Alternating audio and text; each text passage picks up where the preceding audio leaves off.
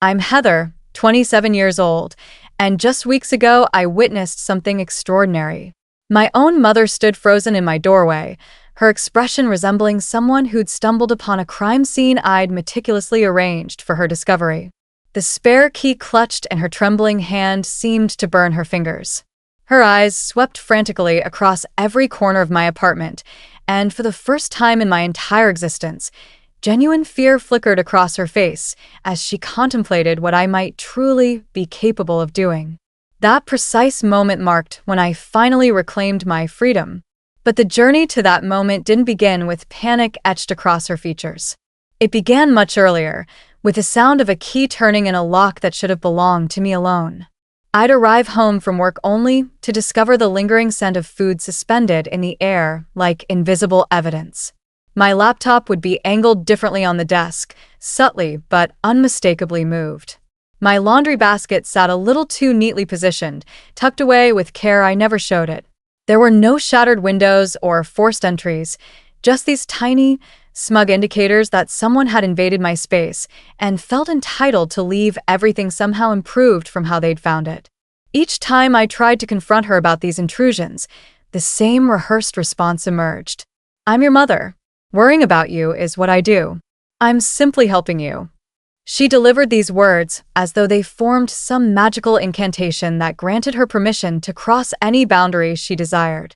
The more dismissively she brushed aside my objections, the more something deep inside me twisted and transformed from mere irritation into something considerably darker. This wasn't just about casseroles and sanitized counters anymore. It was about the suffocating realization that I'd escaped my childhood home only to discover she'd followed me here, armed with a key in her pocket and that familiar, unshakable smile plastered across her face. So, I reached a decision. If she insisted on breaking into my life repeatedly, then she was going to walk straight into a situation she couldn't simply laugh her way out of. Have you ever experienced a parent's love morphing into a cage you desperately needed to break free from, even if liberation required a little revenge just so you could finally breathe? If this resonates with you, stick around until the end and hit subscribe so you don't miss how this story absolutely explodes. The night everything shattered for me was an unremarkable Wednesday that should have passed without incident. I trudged up the stairs following a grueling 12-hour shift at the agency, already mentally rehearsing the delivery order I planned to place through my app. By the time I finally reached my door, exhaustion had consumed me too completely to feel suspicious. The lock clicked open smoothly. I pushed the door inward, and the first detail that struck me was my bedroom door standing halfway open. I never, under any circumstances, leave my bedroom door halfway open. My pulse accelerated dramatically. I dropped my bag near the entryway and moved forward slowly, as though I were the intruder violating someone else's space. My bedspread had been smoothed out with hospital corner precision, in a way I never bothered to make it. The jewelry dish on my dresser had been relocated approximately 3 inches to the left.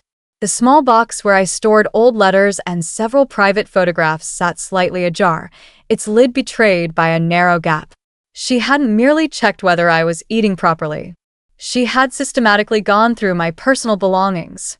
In the kitchen, a glass casserole dish occupied the center of the counter, covered with foil and adorned with a note taped on top.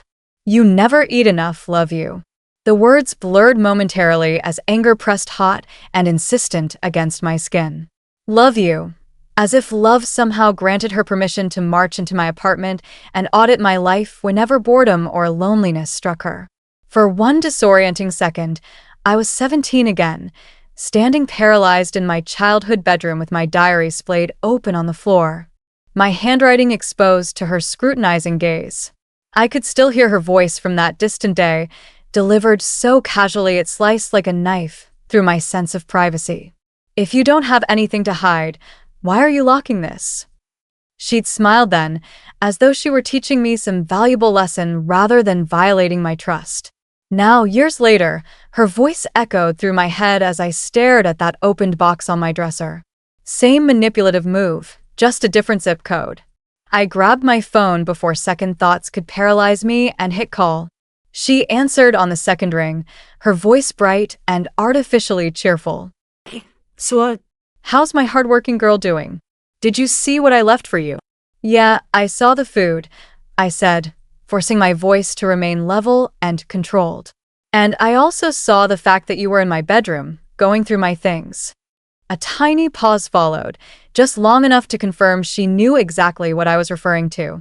Oh, Heather, please. I was just straightening up a bit. You live alone, and it's not safe to have things lying around carelessly. I wanted to make absolutely sure you didn't have some random guy crashing here without telling me about it. There it was, naked and undeniable. The real reason behind her intrusions. She wasn't simply worried about my well-being. She wanted proof, concrete evidence, complete control over every aspect of my life. You went through my personal stuff to check if I have a boyfriend? My voice cracked, shock melting rapidly into pure fury. I'm your mother, she repeated like a script she'd never needed to edit or reconsider. I need to know what's happening in your life. You've always been impulsive, remember? Think about that boy in high school, the one with the motorcycle. If I hadn't read your diary back then, who knows what terrible things might have happened to you? I laughed quietly, though there was absolutely no humor in the sound. Right, you saved me by proving conclusively that I couldn't trust you with anything private. She sighed dramatically, as though I were being unreasonable beyond measure. You're overreacting again, just like always. I brought you food. I tidied up your mess. You should be thanking me instead of accusing me of wrongdoing. Something inside me clicked firmly into place. This was the same exhausting conversation repeating endlessly, stretching backward from my teenage bedroom all the way into this tiny apartment. I could visualize it like a split-screen scene in a movie. On one side, 17-year-old me clutching a violated journal. On the other, 27-year-old me gripping my phone. My apartment reeking of reheated cheese. Same power play, same dismissal of my feelings. Listen, I said slowly, feeling the words solidify with conviction as I spoke them. This is my home. Not yours, not ours, exclusively mine. You don't get to walk in here whenever you want just because you're feeling lonely or bored or curious about my dating life. Her tone sharpened dangerously. Excuse me? Lonely? Bored? I'm working my tail off to make sure you're okay, and you have the audacity to call me nosy. I'm calling you invasive, I shot back without hesitation. And I'm done pretending this is fine. If you keep doing this, I'm changing the locks immediately.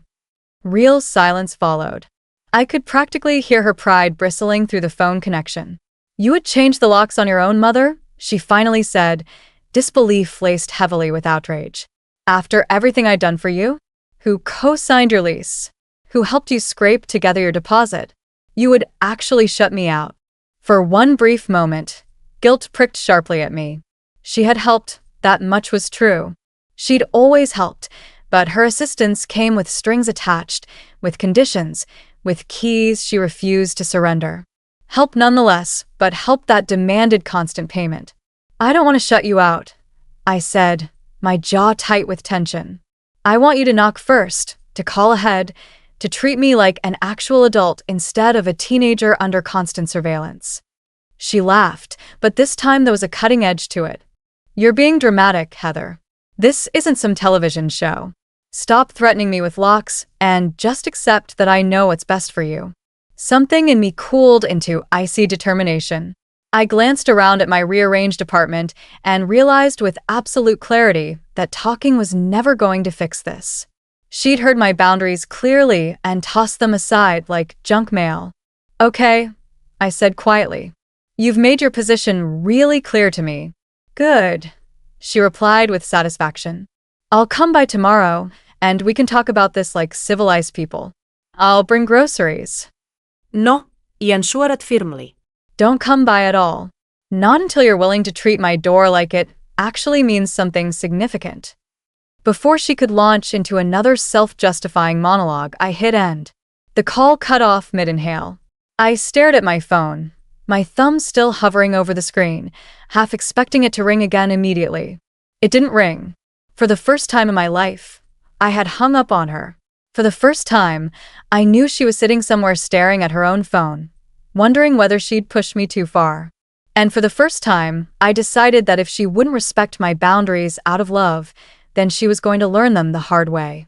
2 days later, I discovered exactly how seriously she'd taken my threat. It was Friday night, and all I wanted was a long shower and blessed quiet.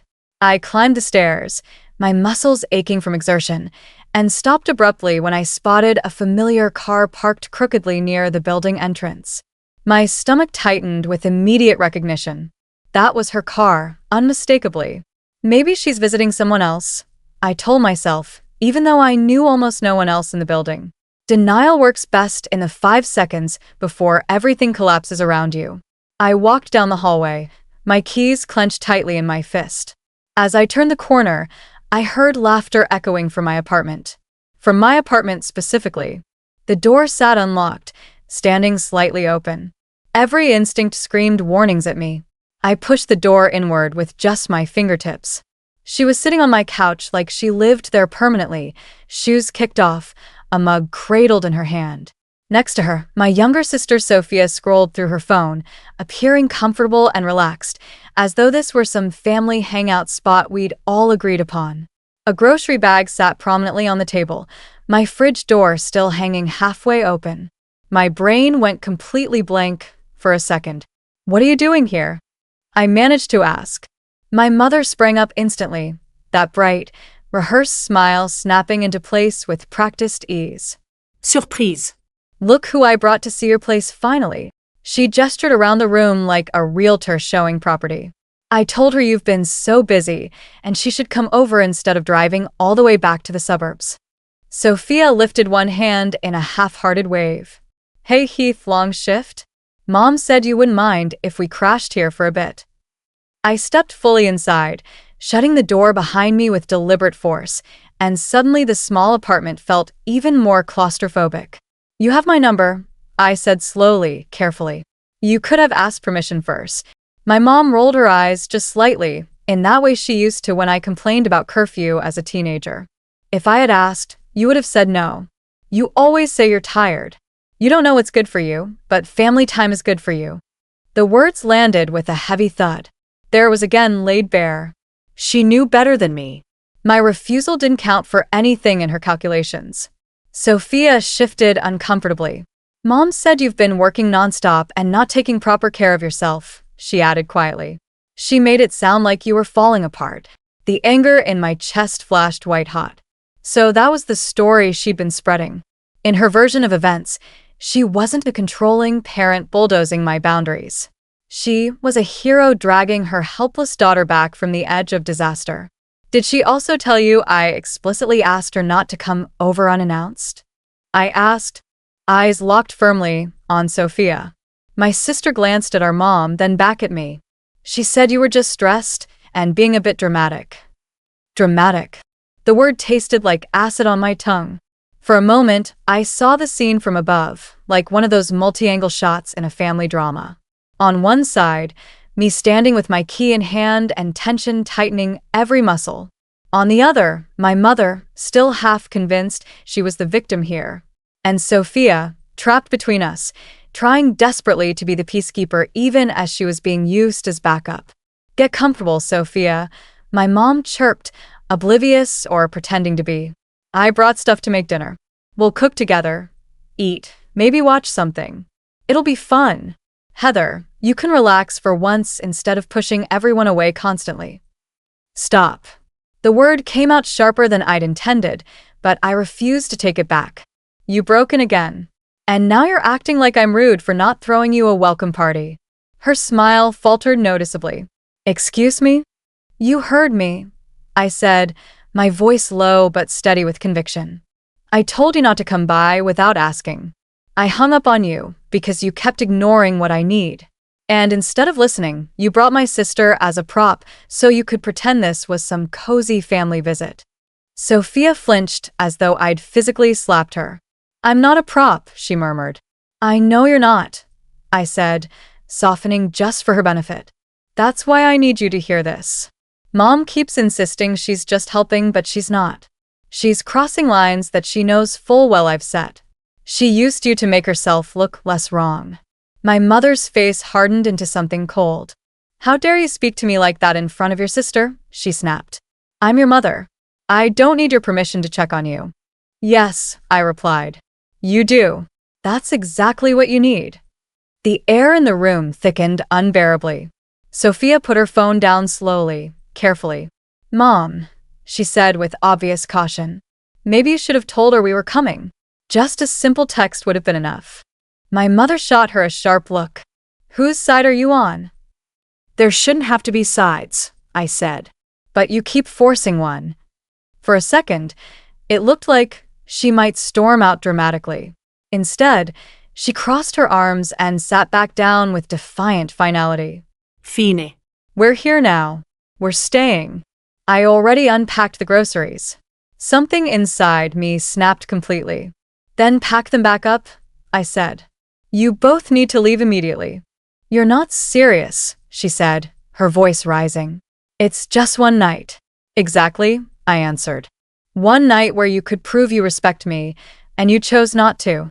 Simple as that. I walked to the door and opened it wide, my hands shaking but holding the frame firmly. Sophia stood up first, her eyes flicking nervously between us. Heath, I don't want to fight with you, she whispered. We can talk about this later. We will, I said without hesitation. But no surprise visits. She slipped past me, brushing my arm in what felt like a silent apology. My mother stayed seated for a heartbeat too long, testing my resolve. When she finally stood, she leaned in close enough that only I could hear her words. If you push me out like this, don't expect me to be there when everything falls apart, she hissed. I met her gaze directly. Maybe that's exactly what I need to find out. She walked out, shoulders rigid with anger, and I shut the door carefully behind them. My hands were still shaking, but this time it wasn't from fear. It was from the realization that the next steps couldn't just be words or empty threats. If love was her excuse to keep breaking in, then my revenge was going to be teaching her what it felt like to be shut out completely. The next morning, I woke up with a knot in my stomach and a heavy decision sitting on my chest. I told her I would change the locks. It was time to stop using that as a bluff. On the way to work, I called a locksmith and booked an appointment for that afternoon. When I hung up, a strange calm settled over me. I wasn't just complaining anymore. I was taking something back that belonged to me. Of course, the peace lasted all of 35 minutes before my phone lit up with her name. 3 missed calls, 2 messages. Call me, we need to talk. I ignored them until lunch, then finally texted back. We can talk at the cafe at 5. By the time I walked into the cafe, the locks on my door were already different. The locksmith had finished just an hour earlier. The old key that had followed me from my childhood home no longer functioned. She was already at our usual table, one hand wrapped around a mug, the other scrolling through her phone like nothing was wrong. But the tightness around her mouth gave her away completely. So, she said as soon as I sat down, did you really change the locks? No hello, no small talk. Yes, I answered, meeting her eyes steadily. I did. Her jaw clenched visibly. Do you have any idea how cruel that is? After everything I've done for you?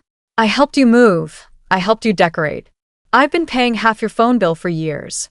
And now I can't even walk into the apartment I helped you get. There it was again. The list, the detailed invoice of motherhood presented as proof of ownership. It's not an apartment you helped me get, I said quietly. It's my home. You helped, and I'm grateful for that. But help doesn't come with a lifetime access pass. She scoffed dismissively. So that's it? You just cut me off like I'm some stranger. If you were a stranger, you would have knocked, I replied. That shut her up for a second. I watched the words hit, watched her pride absorb the blow, and tried desperately to spin it. I'm not some villain, she said finally, her voice trembling in a way I wasn't accustomed to hearing. Your father is gone. Your sister is busy with her own life. All I have left is making sure you're okay. Do you know what it feels like to sit alone in that big house at night and wonder if your daughter is safe? Guilt tugged at me hard. This was the part she never said out loud, that my independence felt like her abandonment. I don't want you to be alone, I admitted. But you can't fix your loneliness by turning my life into a project you can control. Her eyes glistened. For a second, she looked less like the unstoppable force of my childhood and more like a woman who had no idea who she was if she wasn't hovering over someone. "So what?" she asked bitterly. "I'm just supposed to sit there and wait for you to remember I exist? Wait for a text. You're supposed to trust that if I need you, I'll call," I said. "And you're supposed to respect my door even when you're scared." She swallowed, then put the mug down a little too hard. "And if I don't?" I leaned back, suddenly exhausted. "Then the locks stay changed. And the distance between us is on you, not me." Her face reddened. "You know what?" she snapped. "You can't keep biting the hand that feeds you. If you're so independent, maybe I should stop helping you financially.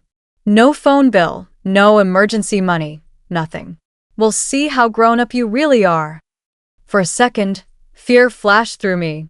She could do it, pull her support, and leave me scrambling. But underneath the fear, something else stirred. Relief. Because if she did that, there would finally be no excuse for her to hold over my head. "Do what you need to do," I said, surprising myself with how steady I sounded. "If your help comes with this much control, maybe I should stop taking it." She stared at me like she didn't recognize me.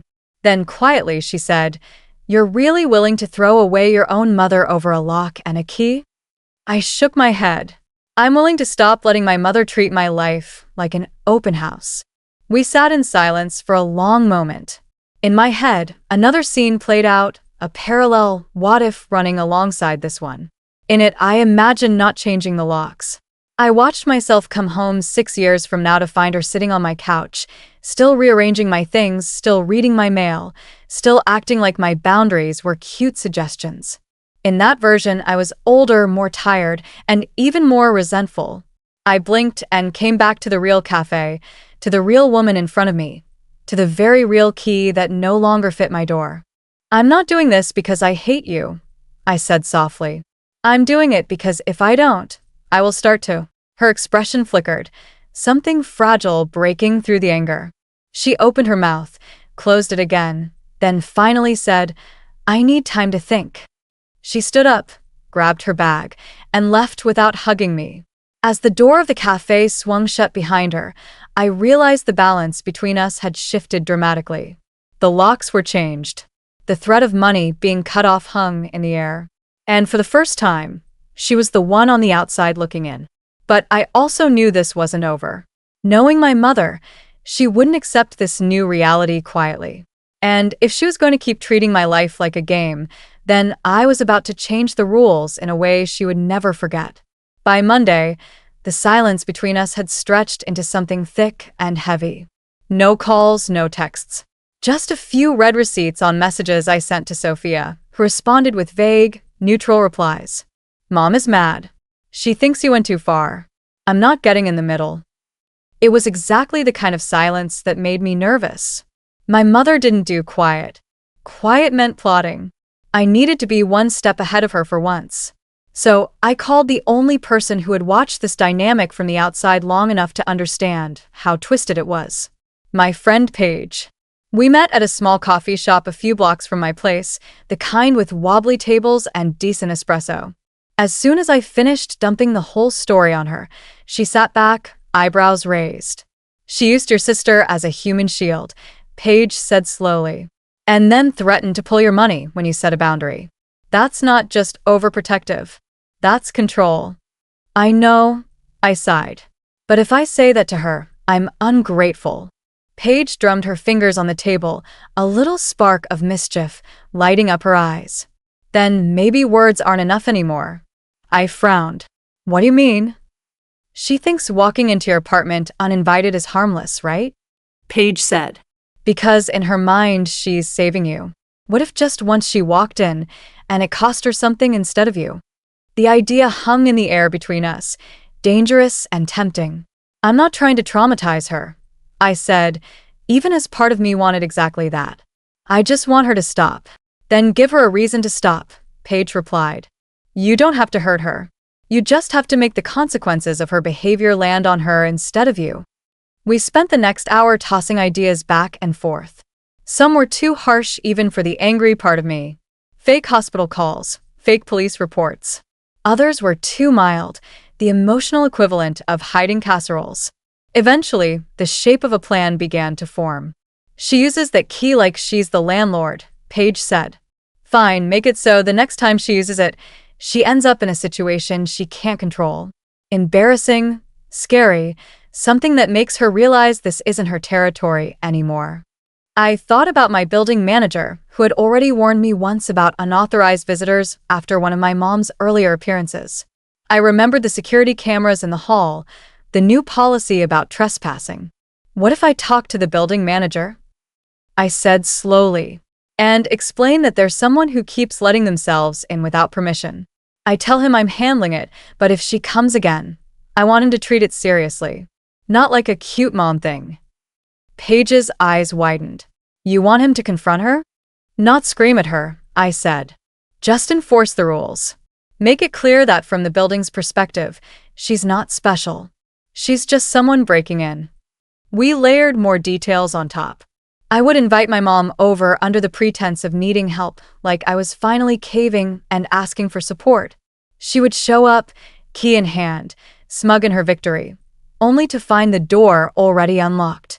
The apartment would be set up in a way that looked chaotic enough to trigger her fear. The building manager, prepped ahead of time, would be ready in the hall with a warning about unauthorized entry. No more invisible consequences. This time people would see. And what about you? Paige asked. Where will you be? I pictured it clearly.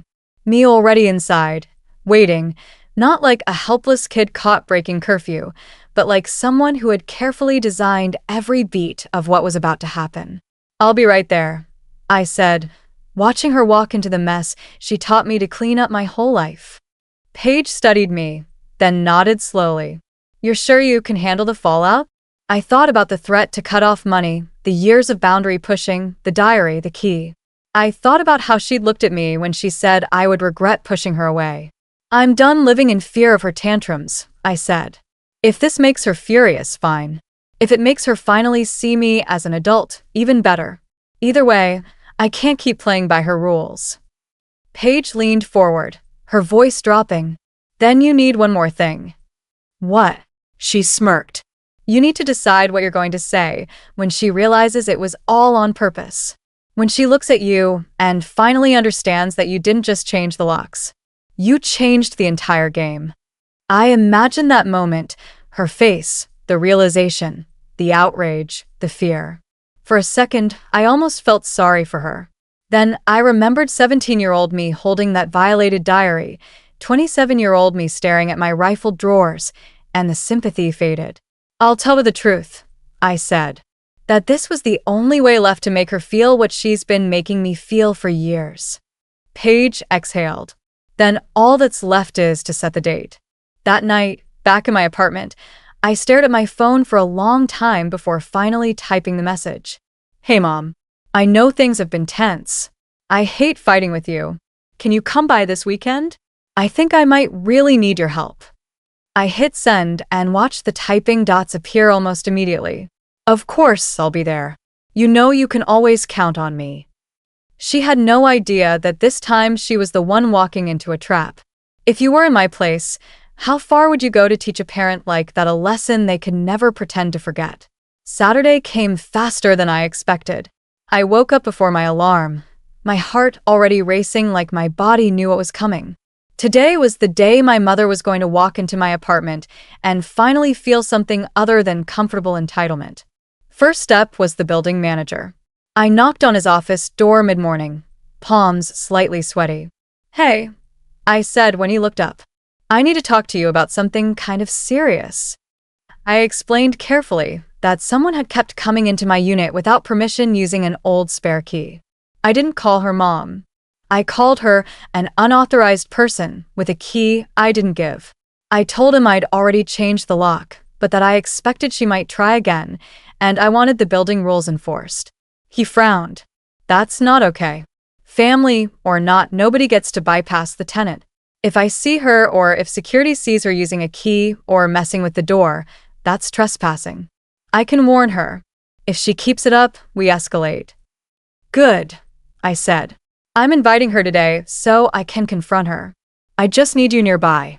I'll text you when she's on her way up. He nodded slowly.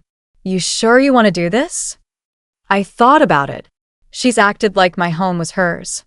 It's time she sees how it feels when other people see her as someone who doesn't belong. Back upstairs, the second step was the apartment itself. I didn't destroy anything. I didn't want real damage. What I wanted was a scene that would slice straight through her fantasy that everything was fine as long as she could rearrange it. I pulled out my suitcase and left it open on the bed, half packed with clothes. I stacked some boxes by the door labeled with black marker, kitchen. On the coffee table, I laid out a printed copy of a fake lease cancellation email I'd mocked up the night before. The subject line was bold and clear, notice of move out. I scattered a few unpaid bill envelopes around it, all real, all with my name stamped on top. On the counter, I left a half-written note. I can't live like this anymore. I need space, even if it means leaving everything behind. I stopped there, letting the sentence hang open enough to send her mind into a spiral. Paige arrived just after noon, eyes widening as she took in the staged chaos. This is intense, she said softly. You okay? No, I admitted, but I'm done being okay with her behavior. That's the point. She nodded, then pointed to the hallway. You text the manager when she gets here. I'll stay in the bedroom out of sight unless you need backup. At 2:20, my phone buzzed. On my way. Traffic is awful. See you soon. I typed a quick message to the manager. She's coming up now. Dark blue coat, short hair, late 50s. She has a key. Then I left my own door unlocked, just enough to be ironic. Minutes later, I heard the elevator ding down the hall, then the distinct sound of her heels on the carpet. Paige slipped quietly into the bedroom, leaving the door cracked just enough to hear. I stood in the living room, my back to the door, pretending to sort through the fake move-out papers. Out in the hall, her footsteps slowed. I could picture her pulling the key from her bag out of habit. There was a pause, then the soft clink of metal against metal as she tried the lock that no longer matched her key. What on earth? She muttered. I heard another voice then, firm and unfamiliar to her. The building manager. Ma'am, can I help you? Oh, she said, caught off guard. No, I'm fine. I'm just letting myself into my daughter's place. There are no authorized additional key holders listed for this unit, he replied. Tenants are required to be present when guests enter. It's building policy. Her tone sharpened. I'm not some random guest. I'm her mother. I've always had a key. Not anymore, he said. The tenant changed the locks. If you attempt to enter without her permission, it's considered trespassing. I'm going to ask you to step back from the door until she lets you in. I could practically feel the shock radiating through the wood. For once, someone other than me was telling her no. Someone she couldn't guilt with after everything I've done for you. A beat of silence. Then, with stiff politeness, she knocked. Heather, she called, voice tight. It's me. Open the door. I stepped forward and turned the handle, letting the door swing wide. She stood there, cheeks flushed, eyes darting between me and the manager behind her. Is everything all right here? He asked me directly. Yes, I said, meeting his eyes. She's here because I invited her. Now. He nodded once. Any issues, let me know. Then he walked away, leaving my mother standing at the threshold of a home that no longer automatically welcomed her. She stepped inside slowly, taking in the open suitcase, the boxes, the scattered bills, the printed email. Her face went pale. What is all this? She demanded. Are you moving out without telling me? I watched her fingers tremble as she grabbed the fake lease email and scanned it. Her breathing quickened. Notice of move out, she read aloud. Why wouldn't you talk to me first? After everything I've done for you, you just leave? You know you can't afford to move somewhere else right now. What are you thinking? I'm thinking about what it takes for me to have a life you no longer control, I said. She looked up, eyes wide and hurt and furious all at once. So you're punishing me? That's what this is. For years, you walked into my room, my diary, my apartment like you owned it, I said, my voice steady. Every time I begged you to stop, you told me I was overreacting. You laughed. You acted like it was cute. Today you finally felt what it's like to be treated like a person who doesn't belong. Her gaze flicked toward the hallway where the manager had been. You talked to him about me, she hissed. You made me look like some criminal? No, I replied. You made yourself look like someone who doesn't respect boundaries. I just stopped covering for you. Her hands shook so hard the paper crinkled. This is sick, Heather. You set me up. You made your own mother look bad in front of strangers. What kind of daughter does that? I felt Paige's presence like a silent anchor behind the bedroom door. I took a breath. The kind of daughter who's done being treated like a child, I said. The kind who has tried every gentle conversation, every calm explanation, and watched you ignore all of them. The kind who finally learned your language. Consequences. She stared at me, the realization slowly dawning. Her eyes moved from the suitcase to the note on the counter to the open boxes to the changed lock. Her face shifted from anger to something closer to horror. You are never actually moving, she whispered. This is all staged. I nodded. But the part where the building no longer sees you as special? That's real. The part where your key doesn't work anymore, that's real, too. She swallowed hard, eyes shining. You humiliated me. You made me feel shut out, like I was nothing. I held her gaze. Exactly. Now you know what you've been making me feel for years. We stood there in the thick silence, the wreckage of our roles scattered around us, like the fake boxes on the floor. Then she did something I'd never seen before. She turned away from me, grabbed her bag, and walked to the door with rigid steps. If this is how you want things to be, she said, not facing me, then fine. You have your precious privacy.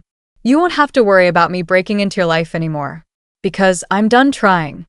She yanked the door open and slammed it behind her so hard the frame rattled. For a moment, I just stood there, heart pounding, ears ringing. Paige came out of the bedroom slowly, eyes wide.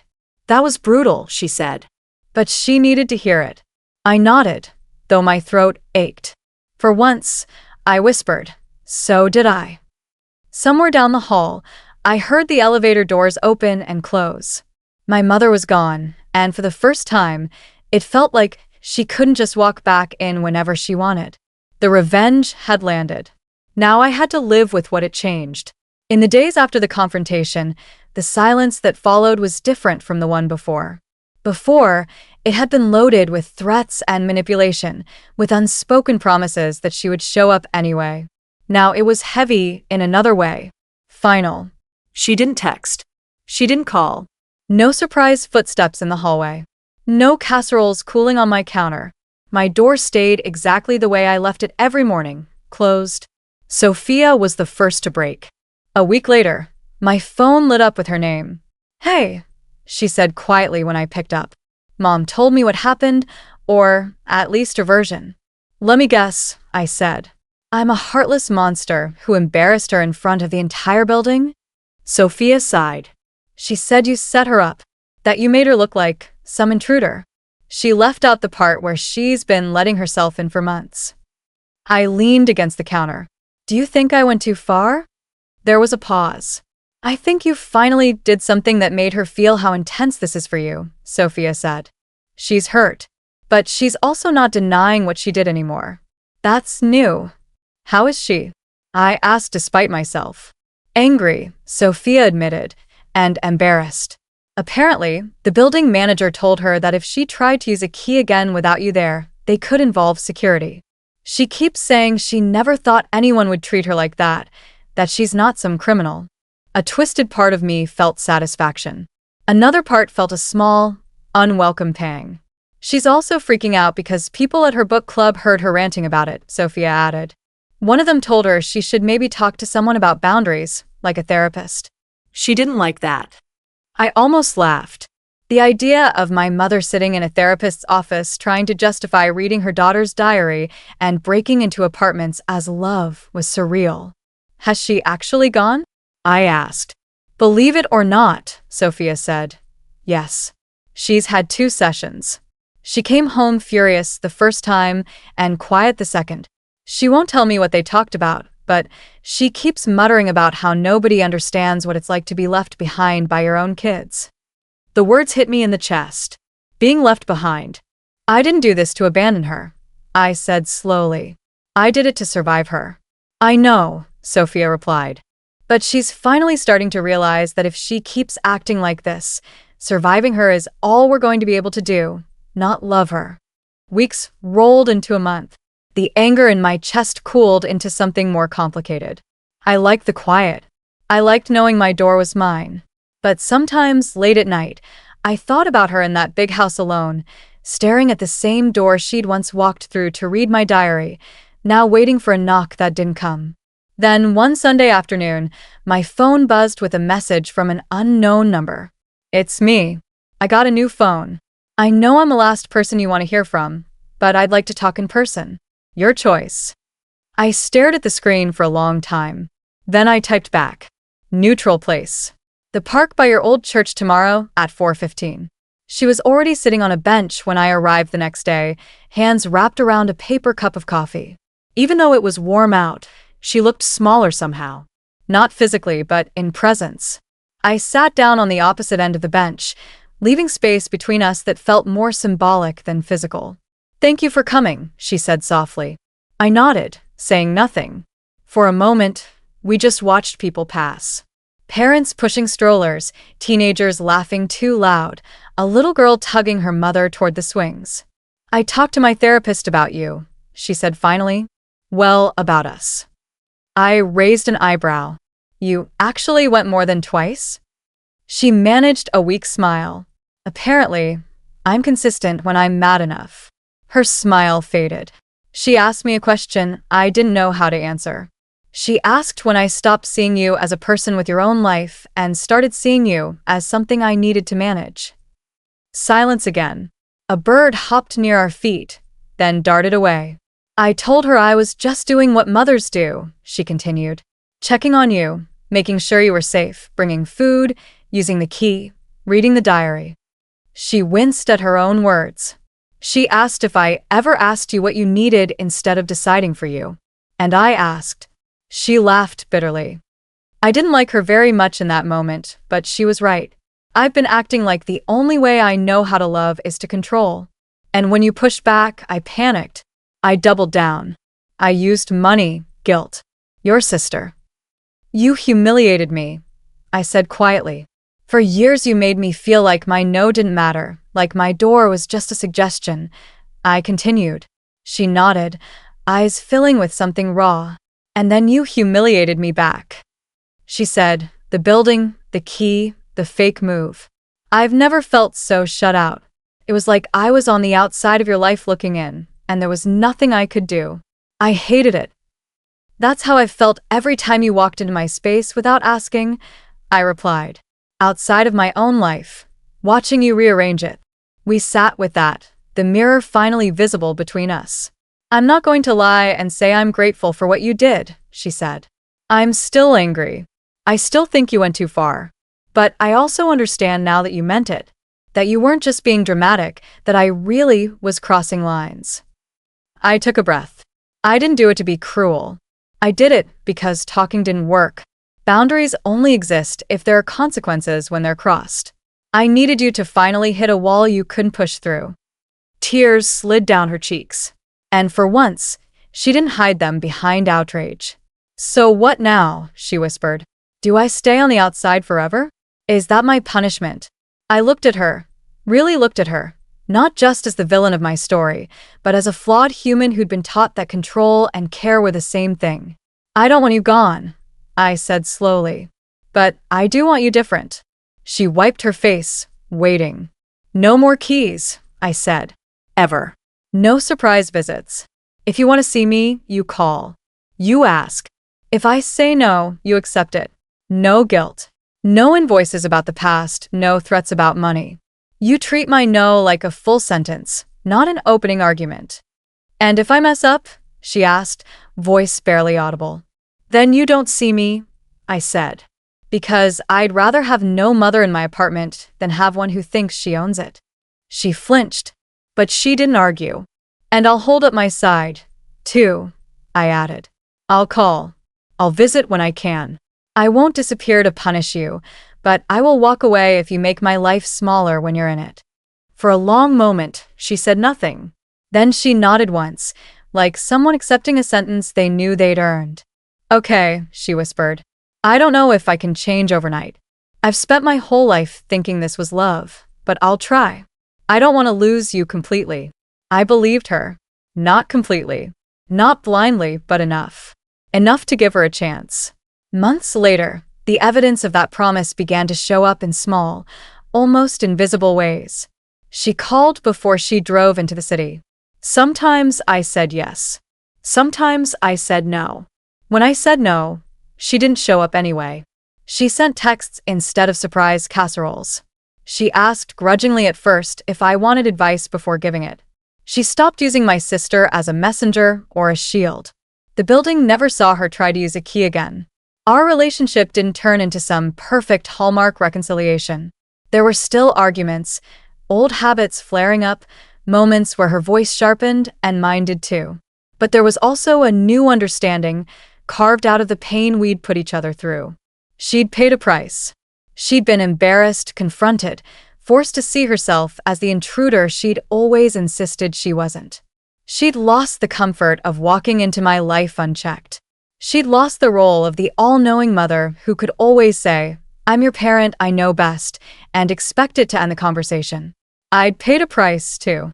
I had to live with the fact that my revenge had hurt her, that I'd chosen a theatrical lesson over another desperate conversation. I had to accept that even justified payback leaves scars on both sides. But when I walked into my apartment at the end of a long day now, the only key turning in the lock was mine. The only footsteps in the hall were ones I'd invited.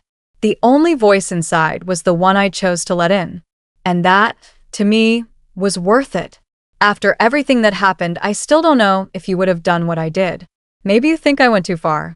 Maybe you think I didn't go far enough. So, I'm curious.